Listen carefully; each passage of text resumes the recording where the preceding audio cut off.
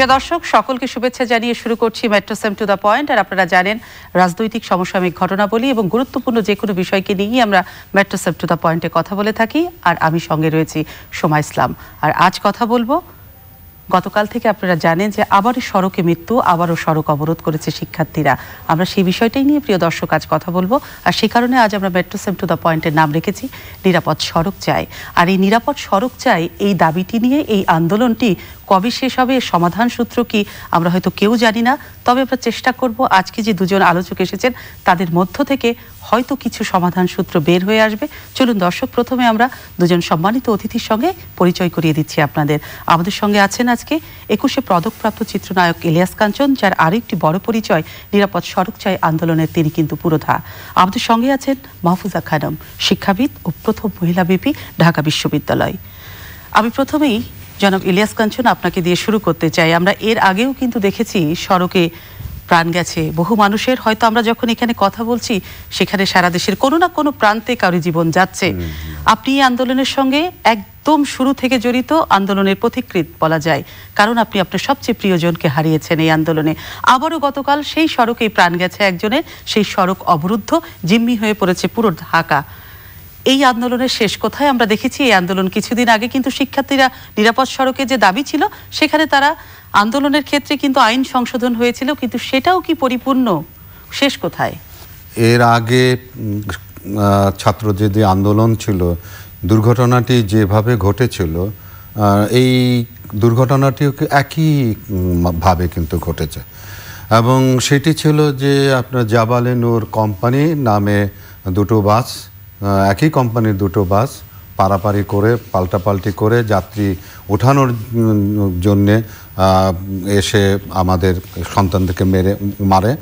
তারপরে তারা আন্দোলন করে, এবং আন্দোলন শুধু করে না, তারা কিন্তু ওয়েটাও দেখিয়ে দিয়েছিল যে আসলে সড়কে কিভাবে নিয়ম মানতে হয়, কিভাবে মানে করলে পরে দুর্ঘটনা কমতে পারে। তো সেই জিনিসটাও কিন্তু আমাদের সন্তানরা দেখিয়ে দেওয়া দিয়েছিল, এবং আমাদের অনেকেই বলেছিল যে আমাদের চোখ খুলে গেছে, আমাদের চোখ খুলে। তো তারপরে যখন আমাদের সন্তানরা ঘরে ফিরে গেল, ফিরে যাওয়ার পরে কিন্তু আসলে আমাদের চোখ কতটুকু খুলেছে সেটা এখন মানে প্রশ্নের বিষয় হয়ে দাঁড়িয়েছে।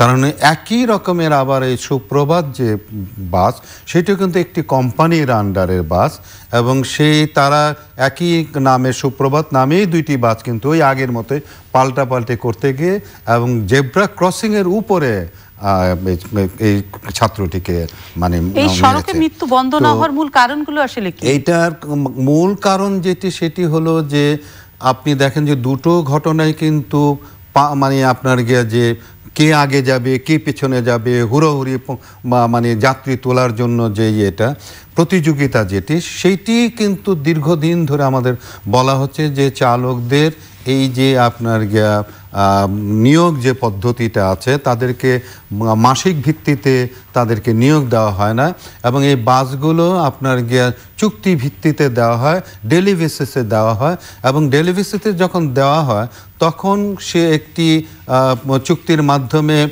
ডেলি মালিককে সে এত টাকা দেবে, বিনিময়ে যা সে উঠাবে তার সেটি থাকবে, এবং সেখানে সে তেলের খরচ উঠাতে হবে, তার হেল্পারের খরচ উঠাতে হবে, রাস্তা অন্য রকমের আবার কিছু খরচা টর্চা আছে সেগুলো তাকে উঠাতে হবে, তারপর তার সংসারের জন্য টাকা। এই যে একজন চালকের মাথার মধ্যে আপনি বোঝাটা মানে দিয়ে দিলেন যে পদ্ধতিটা, সেই পদ্ধতিটা কিন্তু তখন থেকে ওই আগের আন্দোলন সময় কিন্তু বলা হয়েছিল যে এইরকমভাবে চুক্তিভিত্তিক ডেলি বেসিসে আর কোনো চালককে মানে নিয়োগ দেওয়া যাবে না, এবং বাসগুলো চুক্তিভিত্তিক চালাতে পারবে না। কিন্তু তখন থেকে নিয়ে এখনো পর্যন্ত সেটি বলবৎ আছে, যে কারণের জন্য কিন্তু আবার একই ঘটনার পুনরাবৃত্তি আমরা দেখতে পাচ্ছি। আর একটি জিনিস যেটি সেটি হলো যে আমাদের ছাত্ররা তারা কিন্তু আইন মানার যে বিষয়টা সেটা কিন্তু তারা দেখিয়ে দেওয়ার পরেও কিন্তু আমরা যে ট্রাফিক সপ্তাহ কিংবা ট্রাফিক পক্ষ যেগুলো আমরা পালন করছি সেখানে দেখা যাচ্ছে যে সেখানে কিন্তু আইন আমরা কেউ কিন্তু মানছি না। কিন্তু ইলিয়াস কাঞ্চন, আপনার থেকে আর আসবো আমি আবার। মাহফুজা খানম, আপনার কাছে জানতে চাই, ইলিয়াস কাঞ্চন বলছিলেন ছাত্ররা দেখিয়ে দেওয়ার পর আবারও সড়কে মৃত্যু, আবারও সড়কে শিক্ষার্থীরা কেন? আমি ওনার স্ত্রী সহ যারা এই সড়কে প্রাণ দিয়েছেন তাদের উদ্দেশ্যে আমার শ্রদ্ধা বলবো, কৃতজ্ঞতা বলবো, এবং তার সঙ্গে আমি সেই সমস্ত পরিবারের সদস্য যারা তাদের হারিয়েছেন, বিশেষ করে আবরারের মা বাবা, তাদের উদ্দেশ্যে আমি আমার গভীর সমবেদনা জানিয়ে আমার বক্তব্যটা শুরু করছি। এখানে কতগুলি জিনিস আমি এভাবে চিন্তা করি, ভাই যেটি বলেছেন, তারপর আমি যেভাবে বলতে চাই সেটা হলো, দেখেন আমার রাস্তা বা পথ হচ্ছে একটি, সেখানে আমার আছে পথচারী, সেখানে আছে আমার যানবাহন সংখ্যা, সেখানে আমার আইন শৃঙ্খলা বাহিনী রয়েছে। আচ্ছা, এখন এই যে এরা রয়েছেন তার প্রত্যেকের কিন্তু কিছু কর্তব্য রয়েছে, তাই না? সেইখানে যদি বলি আমার ঢাকা শহরে কি রাস্তা কি, বলতে গেলে আমার যে জনসংখ্যা ঢাকা শহরে আজকে 2 কোটি, প্রায় 1.5 থেকে 2 কোটির ভেতরে, সেইখানে আমার রাস্তার সংখ্যা কতটুকুনি আছে। এবং পথচারী আমাদের ফিজিক্সের ভাষায় বলে ইনফ্লাক্স, এতটুকু রাস্তা তার ইনফ্লাক্স যাচ্ছে কি পরিমাণ। এবং এই যে যানবাহনের সংখ্যা প্রতিদিন বাড়ছে, এবং তার সঙ্গে যানবাহনের সঙ্গে কে আছেন না, চালক রয়েছেন, এবং আমাকে এটা নিয়ন্ত্রণ করার জন্য আইন শৃঙ্খলা বাহিনী রয়েছেন। এখন যদি একটি একটি করে ধরি, আমার রাস্তার সংখ্যা কম, আমার পথচারীর সংখ্যা বেশি, আমার যানবাহন সংখ্যা যা দরকার ছিল এই রাস্তা দিয়ে যাওয়ার তার চাইতে হয়তো 3 গুণ যাচ্ছে, এবং তারপরে যিনি চালাচ্ছেন চালক, তার সম্পর্কে প্রধান কথা আমার, তিনি এই যে আইন আছে, একটা বলবৎ আইন একটা চালকের জন্য চালাবার, সেই আইন সম্পর্কে তিনি জানেন কিনা, এটি হচ্ছে একটি কথা। এবং তার শিক্ষা, একটি গাড়ি চালাবার জন্য তার লাইসেন্স লাগে, তাকে একটা প্রশিক্ষণের ভেতর দিয়ে চালক জেব্রা ক্রসিং বিষয়টা জানে, বোঝে কিনা, আমি সেটাই বলছি। এখানে একটা বড় ভূমিকা, অনেকে প্রশ্ন তোলে। তার লাইসেন্সটাও তো 2 নাম্বার, তার কিন্তু প্রশিক্ষণও নাই, এবং সেই যে লাইসেন্সটা সেটাও কিন্তু বৈধ লাইসেন্স নয়। এবং যে গাড়িটার কথা বলবো, যে যানটি যাচ্ছে সেটাও চলমান কিনা বা তার ফিটনেস আছে কিনা, সেটাও কিন্তু আমরা জানি। ফিটনেস কত শতাংশ আছে, এটিও একটি ভীষণ বড় ব্যাপার। তারপরে আছে, আমরা পৃথিবীর সর্বত্র দেখি জেব্রা ক্রসিংয়ের দিয়ে আমার পথচারী পারাপার হন, এবং জেব্রা ক্রসিংয়ে যদি একজন পথচারী পা রাখেন, সমস্ত এপার ওপারের আমার গাড়িগুলো বন্ধ হয়ে যাওয়ার কথা, এটা আমরা কেউ তোয়াক্কাই করছি না। আমার ওভারব্রিজ থাকার কথা যেখানে সেখানে আমার ওভারব্রিজ নাই।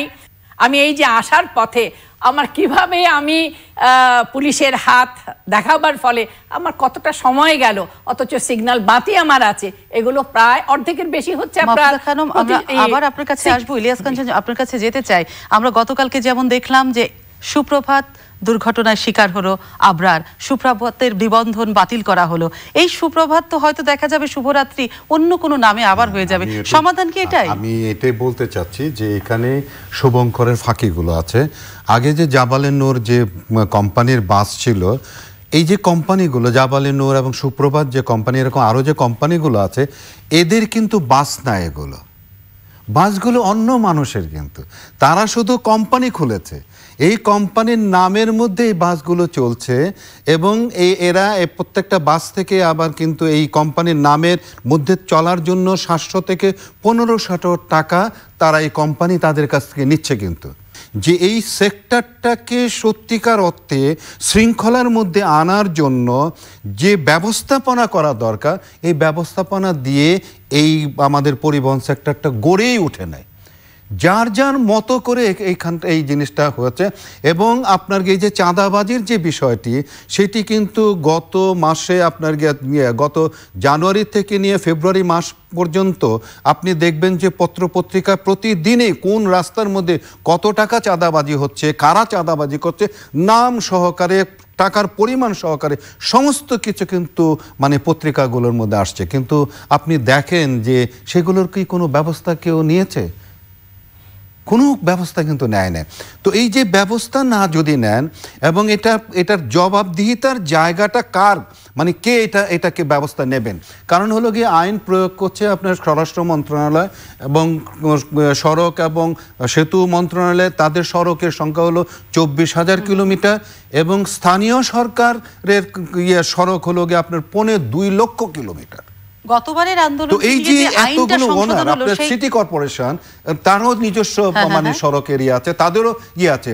তো এই যে জায়গাগুলোকে একত্র করে একটা ডিপার্টমেন্ট কিংবা অথরিটি করার পর জবাবদিহির একটা জায়গা যে তৈরি করার, এবং আমার সড়কের মধ্যে কোন ধরনের গাড়ি চলবে এবং চালকদের প্রশিক্ষণের বিষয়টি নিশ্চিত করার জন্য সেই অথরিটি তো আমার নাই। বিআরটির তো আসলে আপনাকে চালককে সে যাবে সেখানে পরীক্ষা দেবে, এবং পরীক্ষা দিতে গেলে অনেক সময় 2 নম্বরে ভাবে পরীক্ষা দিয়ে নানানভাবে আপনারা সকলেই জানেন যে এরকমভাবে লাইসেন্স পেয়ে যায়, তারপরে অনেক সময় ফেক লাইসেন্স দিয়েও মানে গাড়ি চালাচ্ছে। একটি মানুষ ক্ষতিগ্রস্ত হলো, সে ক্ষতিগ্রস্ত হওয়ার পর সে তার একটা জায়গা নাই যে জায়গায় গিয়ে সে বলবে যে আমি ক্ষতিগ্রস্ত হয়েছে, আমার ক্ষতিপূরণ কে দেবে, আমার মামলাটা কি হবে, আমার চিকিৎসাটার কি হবে। যে এই যে একটা জায়গা, মানে আমি যেটাকে বলবো যে মানুষের জন্য একটা জায়গা তৈরি করা, যে এই জায়গা থেকে সে সেবাটা পাবে, এই জায়গায় তার কমপ্লেনটা মানুষ শুনবে, এই জায়গায় সড়কের যে বিশৃঙ্খলা আছে তারা এটাকে ম্যানেজ করবে, এবং যে সমস্ত ডিপার্টমেন্টগুলো আছে তাদেরকে নিয়ে বসে, কারণ সড়কের মধ্যে আরো অনেকগুলো ডিপার্টমেন্ট, আপনার যে শ্রম মন্ত্রণালয়, তারা কেন। আমরা আরো কথা শুনবো, আমাদেরকে একটা বিরতিতে যেতে হবে। প্রিয় দর্শক, নিয়ে নিচ্ছি metro same to the point বিরতি, আমাদের সঙ্গেই থাকুন। প্রিয় দর্শক, আরো একবার শুভেচ্ছা জানাচ্ছি মেট্রো সেম টু দ্য পয়েন্টে। আর আলোচনা চলছিল, আপনি বলছেন জবাবদিহিতার জায়গা নেই, সমন্বয়হীনতা, কার কাছে যাবে মানুষ, বিচার চাইবে কার কাছে? মাহফুজা খানম, এই প্রশ্নের উত্তর আমি আপনার কাছে চাইবো। এর সমাধানটা কি হতে পারে? রাষ্ট্র এবং সরকার তার সবচেয়ে বড় দায়িত্ব এবং কর্তব্য হচ্ছে তার নাগরিকের জীবনকে স্বাভাবিকভাবে চলবার ব্যবস্থা করার জন্য। তবে আমি অবশ্যই বলবো এটি নতুন ঘটনা নয়। আজকে যদি অত্যন্ত বেদনার সঙ্গে বলতে হয়, এই ছেলেটি যার আজকে খবর পড়লাম সে ডাক্তার হতে চেয়েছিল এবং সে অত্যন্ত বিনয়ী একটি ছেলে। এই ছেলেটি মাত্র তার জীবন শুরু হয়েছে, সে চলে গেল, এবং গত আন্দোলনের সময় সে রাস্তায় ছিল, এবং তার হাতে ব্যানারটি যেটি সেটি আসুন আমরা সকলে মিলে আইন মানি, এই ব্যানারটি তার হাতের মধ্যে। এই সমস্যাটা তো একক সমস্যা নয়, এর সঙ্গে অনেকগুলো সমস্যা জড়িত, এবং এগুলি একত্রিত করে সমাধানটা কি হওয়া দরকার, আমি মনে করি এটাকে একটা নতুন মন্ত্রণালয় করা হোক। এই মন্ত্রণালয়, এই সব কয়টা মন্ত্রণালয়কে যেগুলো উনি বললেন সেগুলোকে সমন্বয় করে তার সঙ্গে আইন করে, দরকার হলে নতুন আইন করে সেই আইনটা বাস্তবায়িত করতে হবে। এভাবে তো আমরা আমাদের শিক্ষার্থী নয়, যে কারোরই জীবন একেবারে অনিশ্চয়তা, আপনি রাস্তায় নামতে পারবেন না, সেটা কি করে হতে পারে? জনাব ইলিয়াস কাঞ্চন, যেটি জানতে চাই যে গতবার যখন শিক্ষার্থীরা সড়ক আন্দোলনের দাবিতে রাস্তায় নামলো, তখন কিন্তু আমরা দেখেছি তারা নিজেরাই লাইসেন্স চেক করছে, কিন্তু আইনটাও পার্লামেন্টে সংশোধন হয়েছে। সেই সংশোধিত আইন নিয়ে আপনার একটা বড় আপত্তির জায়গা আছে, সেই আপত্তির জায়গাটা কেন? আইন হলেই কি হয়ে যাবে? তার তো প্রয়োগটা লাগবে, এবং জনগণকেও তো সচেতন হতে হবে। জনগণকে সচেতন হওয়ার জন্য আমি যে জিনিসটা, যেহেতু আমাদের অভ্যাসের মধ্যে একটা মানে বদ অভ্যাস আমাদের হয়ে গেছে, আমরা কেউ আসলে অনেকেই আমরা আছি, যেটি পুলিশ কমিশনার বলেছেন 90% মানুষ সড়কে আইন মানে না, এবং এই যে মানে না, এটার জন্য কিন্তু আমাদের প্র্যাকটিস করানো হয় না। শুরু থেকে আমরা প্র্যাকটিস না যে আইন মানতে হবে, নিয়ম মানতে হবে, এইটার ব্যাপারে সড়কে আমাদের প্র্যাকটিসটা হয় না।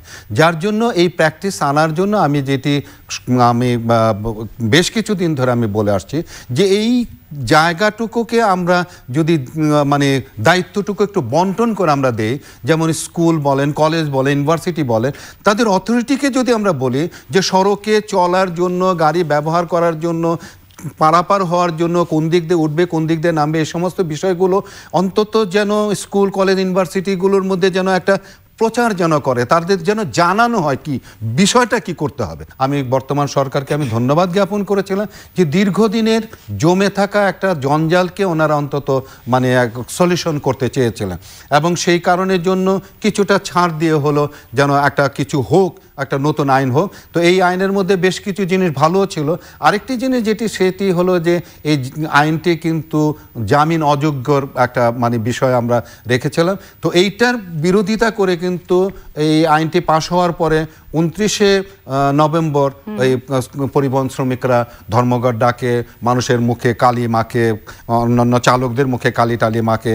তার পরবর্তী সময় এখন যে আইনটি যেটি আছে সেটির বিধি কিন্তু এখনো প্রণয়ন করা হয়নি। বিধি প্রণয়নের জন্য একটা কমিটি করে দেওয়া হয়েছে। তো সেই কমিটি বিধি প্রণয়ন করবে।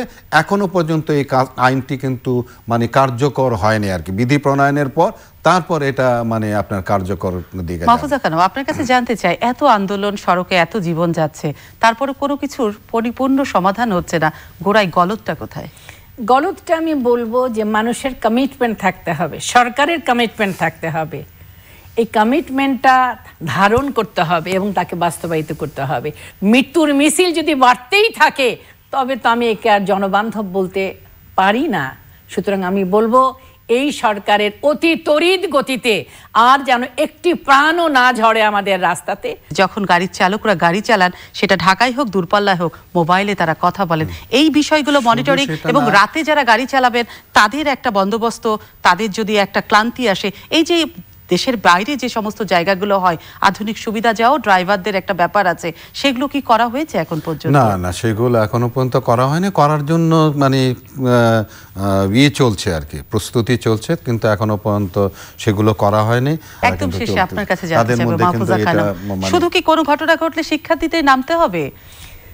এর চাইতে দুঃখজনক, বেদনাদায়ক এবং আমি বলবো কষ্টকর বটে প্রতিটি নাগরিকের জন্য আমি বলবো যে এটা কেন হবে? একটা স্বাধীন সার্বভৌম একটা দেশের জন্য একটা মহান মুক্তিযুদ্ধের ভেতর দিয়ে তরুণ সমাজ এই মুক্তিযুদ্ধে অংশগ্রহণ করেছিল, ছাত্ররা অংশগ্রহণ করেছিল।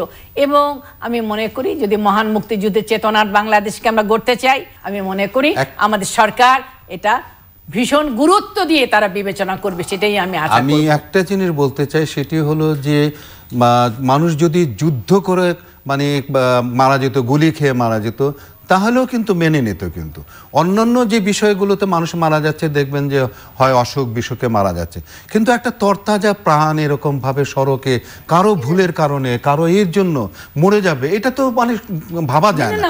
যার জন্য বাংলাদেশের, আমি মনে করি আমাদের বাংলাদেশে আমাদের সামনে সবচেয়ে বড় প্রবলেমই হলো সড়ক দুর্ঘটনা।